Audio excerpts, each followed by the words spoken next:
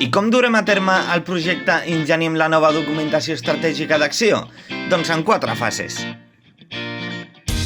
Fase 1. Pronunciem-nos.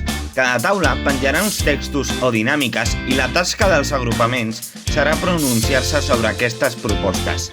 L'objectiu és trobar punts de consens per començar a redactar documents i adherir a aquells temes que generin debat.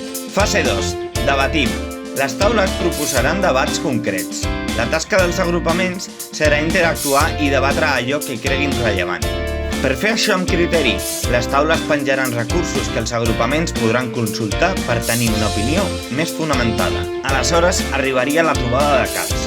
Els agrupaments es repartiran amb representants a les diferents taules de debat que no s'han pogut tancar mitjançant el decidim.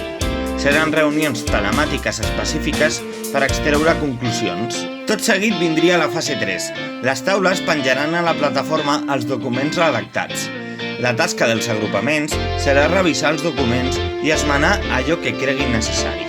Per últim, a la fase 4 valoraríem les esmenes i donaríem per finalitzat el projecte amb la votació dels documents finals.